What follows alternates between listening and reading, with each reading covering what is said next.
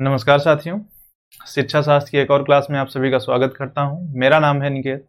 अगर आप चैनल पर नए हैं तो चैनल को ज़रूर लाइक सब्सक्राइब शेयर करिए। कहीं से भी आ गए हो, कहीं से भी लिंक मिला हो, क्योंकि इस पे शिक्षा शास्त्र विषय से जुड़ा कोई न कोई आपको टॉपिक रेगुलर अपडेट मिलेगा। तो लास्ट क्लास में हम लोगों ने बात किया था, एजुकेशनल साइकोलॉजी शुरू किया है बीए पार्ट 2 के बच्चों के लिए, और हमने पढ़ा था मेथड्स इस चीज़ के लिए, एजुकेशनल साइकोलॉजी के स्टडी के लिए। उसी सीरीज में हम लोग 2 मेथड कवर कर चुके हैं, जिसमें हमने पहला कवर किया था ऑब्जर्वेशन, दूसरा हमने कवर किया था एक्सपेरिमेंटल। और उसी सीरीज में आज तीसरा हम कवर करेंगे सर्वे मेथड। जिन लोगों को अगर क्लास मिस हो गई है तो वो चैनल की प्लेलिस्ट में चले जाइएगा एजुकेशनल साइकोलॉजी पे, वहाँ पे आपको प्रॉपर वीडियोस मिल जाएंगे। तो जिसका भी पहला दूसरा टॉपिक छूट गया हो कवर हो जाएगा। और आप कोई भी कोर्स कर रहे हैं जिसमें शैक्षिक मनोविज्ञान या शिक्षा का मनोविज्ञान जैसा विषय है, यानी BEd, BTC, BA part 2, MA या नेट दे रहे हैं एजुकेशन से, तो प्रॉपर इसको वॉच करिए। आपको हर टॉपिक मिल जाएगा, चाहे नेट से रिलेटेड हो, चाहे आपके बीएड से रिलेटेड हो, प्रॉपर मिल जाएगा। इसीलिए टाइटल इसका हमने एजुकेशनल साइकोलॉजी रखा है। खैर ये क्लास प्रॉपर तो है बीए पार्ट 2 के, लेकिन इसमें जो टॉपिक्स कवर किए जाएंगे वो पूरे शैक्षिक मनोविज्ञान के होंगे, यानी मैं पूरा सिलेबस कवर करूंगा। ठीक, इस चीज को ध्यान में रखते हुए क्लास शुरू की गई है कि कोई भी टॉपिक न छूटने पाए। दूसरी चीज, एक चीज बता दूंगा कि आप लोग ये मत सोचिएगा कि ये बीए पार्ट 2 की क्लास है, 2 एंड ईयर की, तो हल्के में मत लीजिएगा। कारण ये है कि देखो, अंतर सिर्फ एक चीज का आता है। मैं आप लोगों को एक चीज समझाना चाहता हूँ पढ़ाने से पहले। जैसे देखो, जब हम लोग छोटी क्लास में होते थे, मान लो 6 से 8 तक, हमारे पास नंबर ऑफ बुक्स की संख्या ज्यादा होती थी, मान लो 10 होती थी। हमारी क्लास आ गई 9 से 10, इनकी संख्या घट गई 6, हमारी क्लास और छोटी हुई, मतलब 11 से 12 पे आए, संख्या हो गई 5। फिर हमने यूजीएटी पे आ गए, यानी ग्रेजुएशन पे आ गए, हमारे पास जो विषय थे उनकी संख्या हो गई और कम। फिर हम पीजी पे आ गए, अब विषय की संख्या हो गई और कम। एक ही क्यों हो गया? इन चीजों में एक चीज आप लोगों ने कभी नहीं गौर किया होगा, उसका कारण ये है कि अब जैसे जैसे ये इनकी नंबर घट रहा है, तो जानते हो क्या बढ़ रहा है? गहराई बढ़ रही है। और लास्ट में जब कोई रिसर्च करता है तो वो सिर्फ 2 या 3 लाइन का एक टॉपिक होता है, उस पर उसको पूरे 5 साल लग जाते हैं। 3 साल तो मिनिमम लगते हैं, यूजीसी का गाइडलाइन है रिसर्च करने में।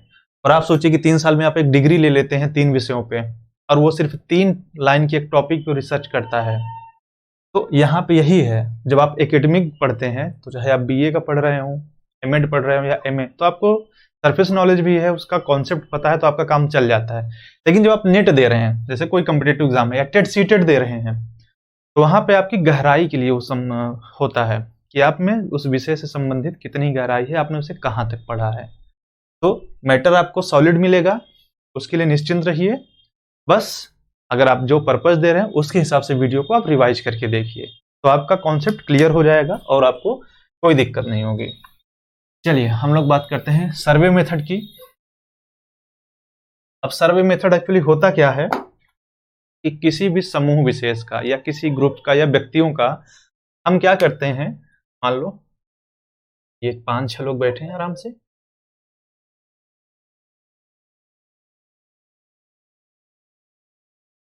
और हम एज ए रिपोर्टर, मान लो चुनाव का समय आ रहा है, हम माइक लेके इनके पास पहुंच जाते हैं। किसी ने फोन कर दिया, 1 सेकंड, चलिए कट गया, ये अच्छी बात है, वीडियो नहीं छूटेगा। तो होता क्या है कि 5-6 लोग माइक लेके आ जाते हैं और आपसे सवाल पूछते हैं। ऐसे एक माइक लिए रहेंगे और एक बंधु खड़े रहेंगे माइक पकड़ के, कि आपने किस पार्टी को वोट दिया, या यहाँ पे कौन जीतने की संभावना है, कुछ भी आपसे सवाल पूछ सकते हैं। तो उनका वहां पे जो मेन टारगेट होता है कि एक उनको इंफॉर्मेशन चाहिए आपसे, किसी भी एक पॉइंट ऑफ व्यू के लिए, किसी वस्तु के लिए, किसी ऑब्जेक्ट के लिए, किसी भी चीज के लिए। तो सर्वे मेथड में हम क्या करते हैं, किसी चीज की जानकारी लेने का प्रयास करते हैं, या कह सकते हो किसी भी का हम ओपिनियन लेते हैं, उनकी राय लेते हैं, उनका मत क्या है उस चीज में, दृष्टिकोण क्या है, इन चीजों का जानने की कोशिश करते हैं। और जाहिर सी बात है, एनिमल्स पे तो हम ये वर्क करेंगे नहीं, ह्यूमन पे ही करेंगे। तो यही हमारा होता है सर्वे मेथड, कि हम उसके द्वारा गुण, विशेषताओं इत्यादि का अध्ययन करके ये जानने की कोशिश करते हैं कि रिजल्ट क्या हो सकते हैं। और हाँ, एक चीज ध्यान देना कि यहाँ पे एक पॉसिबिलिटी होती है कि जो हमें डेटा मिला है हो सकता है वो गलत भी हो, क्योंकि ये जरूरी नहीं कि इन तीनों ने सही बात आपको बताई हो। हम ये मान के चलते हैं कि इन्होंने सही बताया है, पर इस चीज की कोई श्योरिटी नहीं होती है ये जो बता रहे हैं वो सही है। अब हम क्या करते हैं, ये जो हमारी इंफॉर्मेशन होती है, ये एक वांछित जानकारी हम जो निकालने का प्रयास करते हैं वही हम यूज करते हैं सर्वे मेथड में। अब सर्वे मेथड में जानकारी निकालने के लिए जानते हो दो, हम मान लो टूल तो कई होते हैं पर हम मेनली दो टूल यूज करते हैं। एक हम यूज करते हैं प्रश्नावली यानी क्वेश्चनर, दूसरा हम यूज करते हैं साक्षात्कार। अब इन दोनों में थोड़ा सा अंतर बता दे रहा हूं। फिर हम और भी टूल्स यूज करते हैं, ऑब्जर्वेशन भी एक टूल ही था, बट प्रश्नावली की एक लिमिटेशन है, पहले वो बता देता हूं कि इसके लिए हमें पढ़े लिखे लोग चाहिए, एटलीस्ट वो साक्षर हों। अब होता क्या है, प्रश्नावली प्रश्नों का एक ग्रुप होता है, तो वो चाहे मल्टीपल चॉइस में हो सकता है, जैसे आप लोग एग्जाम देते हैं क्या होता है, वो प्रश्नों का एक ग्रुप्स होता है, उसी के बेस पे आपका सिलेक्शन या रिजेक्शन होता है। तो उसी तरह हम प्रश्नावली को यूज करते हैं। यहाँ पे बस एक लिमिटेशन है कि हमें पढ़े लिखे चाहिए। अब जब अगर हम इसको प्रश्नावली के टाइप्स भी बांटेंगे तो बहुत हो जाती है, मेल हो जाती है, डार्क हो जाती है, इनफ्रंट हो जाता है, ठीक है, open ended, close ended, multiple type है, पर बस इतना ही काम है आपको जानने के। दूसरा साक्षात्कार। तो साक्षात्कार क्या होता है कि ये आपके सामने, ये आमने सामने की प्रक्रिया होती है, इसकी ये लिमिटेशन है, ये आपको आमने सामने उपस्थित रहना पड़ेगा आपका, तभी साक्षात्कार हो जाएगा। जैसे आप कोई जॉब क्वालिफाई करते हो एग्जाम, तो इंटरव्यू का डेट दिया जाता है आपको, ये वही इंटरव्यू है, हम वहां ये डेटा कलेक्शन के रूप में लेते हैं, यहाँ पे आपको इसका हम यूज कर रहे हैं एज अ जॉब के सिलेक्शन या रिजेक्शन के लिए। और मैंने कल की क्लास में बताया था आप लोगों को कि ये जो भी मेथड है, चाहे सर्वे मेथड, ये रिसर्च का मेथड है, ये टूल्स आप चाहे मनोविज्ञान में पढ़ रहे हैं, चाहे शिक्षा शास्त्र में पढ़ रहे हैं, चाहे समाज शास्त्र में पढ़ेंगे, तो ये अकॉर्डिंग जहां पे हम यूज कर रहे हैं, हम वहां पे अपनी स्पेसिफिक यूज के लिए यूज करते हैं। बाकी ये होते वही है, इनकी थ्योरी वही होती है, बस पर्पज हमारा बदल जाता है। तो सर्वे मेथड आप लोगों को समझ में आ गया होगा कि हम एक विशिष्ट जानकारी लेने की प्रयास करते हैं, तो लोगों के माध्यम से हम उनके अभिमत, उनके राय, क्या उनका ओपिनियन है, क्या दृष्टिकोण है, गुण विशेषताओं के आधार पर हम जानकारी निकालने का प्रयास करते हैं। दूसरा मैंने एक नाम दिया था, आप लोगों को बताया था व्यक्ति अध्ययन। हाँ, अब ये थोड़ा ध्यान देना, इसको हम लोग केस स्टडी भी बोलते हैं। और अगर कायदे से बताया जाए तो ऐसा नहीं कि ये सिर्फ मनोविज्ञान का हिस्सा है, ये भी एक रिसर्च मेथड आता है। जब आप लोग, जो बच्चे पीजी में होंगे, वो बखूबी इससे परिचित होंगे कि जो केस स्टडी है एक रिसर्च होता है। अब इसके साथ क्या होता है, ये एक लॉन्ग टर्म में चलने वाला वर्क होता है। ऐसा नहीं कि ये दूसरी कहाँ गया मार्कर, ये एक दिन में खत्म हो जाएगा, नहीं, ये लॉन्ग टर्म में चलने वाला है, ये टाइम टेकिंग लेता है। और इसमें होता क्या है, मैं एक चीज क्लियर कर देता हूँ, लोग धोखा खा जाते हैं। यहाँ पे ये चीज क्लियर है कि एक ही होगा, वन क्लियर है, लेकिन वन जानते हो क्या हो सकता है, वो एक फैमिली भी हो सकता है, एक यूनिवर्सिटी भी हो सकती है, वन स्टेट भी हो सकता है। यानी ये जो हम क्वांटिटी फिक्स करेंगे वो वन करेंगे। अब एक फैमिली में जितने मेंबर हैं, फिर वो हमारे सभी अध्ययन के पार्ट हैं। अगर वो 4 हैं तो चारों हैं। यूनिवर्सिटी में अगर 10,000 बच्चे हैं 10 के, वो सभी हैं। स्टेट में मान लेते हैं, छोटा स्टेट है, 25,000 ही लोग हैं, तो वो सभी हमारे अध्ययन के पार्ट बनेंगे। ये होता है यहाँ पे वन का मतलब। हम बताएंगे कि हमने एक यूनिवर्सिटी पे रिसर्च किया, या हमने एक पर्सन पे भी कर सकते हैं। ऐसा नहीं कि वो पर्सन नहीं है यहाँ इंक्लूडेड है, लेकिन एक होना चाहिए, इसकी यह एक डिमांड है। अब ये जो अध्ययन होता है ये थोड़ा लंबे समय तक चलता है, मैं पहले ही बता दिया, क्योंकि आप किसी का यहाँ पे भी बिहेवियर, क्योंकि हम यूज कर रहे हैं मनोविज्ञान में, तो मनोविज्ञान में ये सारे मेथड्स का जो हम यूज करते हैं वो इसलिए करते हैं कि उसका व्यवहार का हम अध्ययन कर सकें। और व्यवहार किसका हम अध्ययन करते हैं, ज्यादातर ह्यूमन का। तो जब इस ह्यूमन का हम व्यवहार अध्ययन करना चाहते हैं, मान लो एक बच्चा है, मान लेते हैं, क्या नाम दे देते हैं, चलो हम दे देते हैं नाम उसे सू। ये एक बच्चा है सू, ये 10th तक बहुत अच्छा था, अपने नाम के अनुसार सू मतलब अच्छा होता है, सुंदर। ये हर बार फर्स्ट आता था, पर 10th के बाद से इसका स्कोर गिरने लगा, ये डाउन होता गया। अब एक टीचर को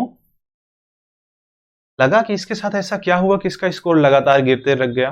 तो अब इस बालक पे उन्होंने क्या करना शुरू कर दिया, स्टडी करना। यहाँ पे सू यहाँ पे एक सिंगल यूनिट है, उसी पे उन्होंने स्टडी किया। अब क्या करेंगे, अब जब ये स्टडी करेंगे तो उसके पास्ट के पिछले 10 सालों का की जो स्टडी हुई है 1 से 10 तक, उसका प्रॉपर अध्ययन करेंगे। और वो तो ऐसा है नहीं कि आपने माउस का एक क्लिक दबाया और टाइप हो जाएगा, उसमें प्रॉपर टाइम लगने वाला है। इसीलिए इस मेथड में टाइम काफी ज्यादा लगता है।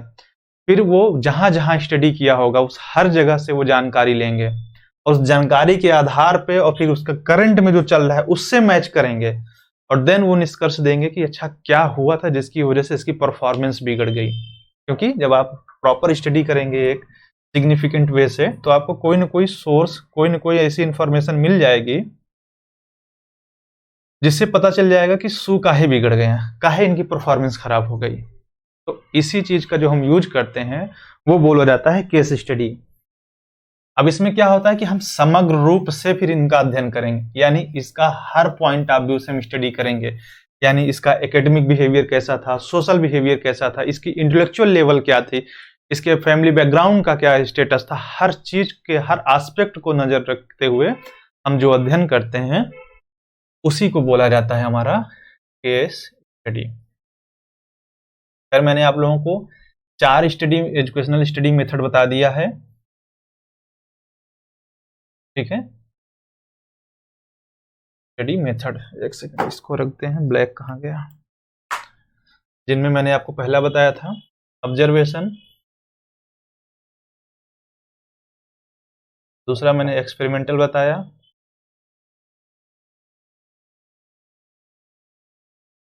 फिर थर्ड पे मैंने आप लोगों को बताया सर्वे, और फोर्थ पे बताया केस स्टडी। अगर कोई अदर यूनिवर्सिटी का बच्चा है, उसके यहाँ सिलेबस थोड़ा डिफरेंस है, या कोई और स्टडी मेथड वो जानना चाह रहा है, तो चाहे आप कमेंट कर दीजिए वीडियो में। तो अगर जो भी आप नई स्टडी मेथड जानना चाह रहे हैं या इसके अलावा और कौन से हैं, तो वो आपको बता दिया जाए किसी न किसी वीडियो में।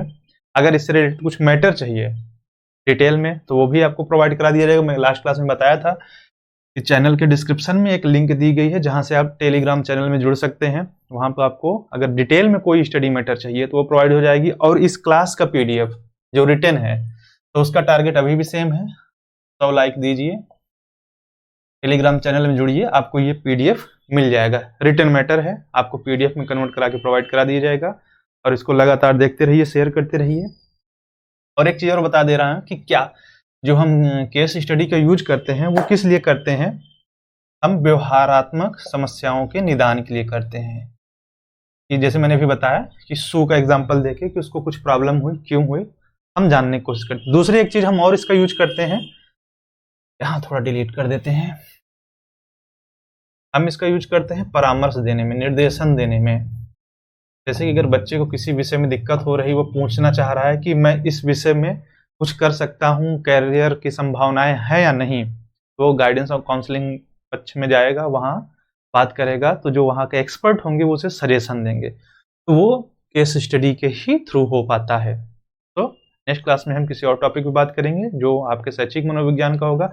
जितने भी लोग वीडियो को देख रहे हैं इसको लगातार लाइक, सब्सक्राइब, शेयर करें। Thank you.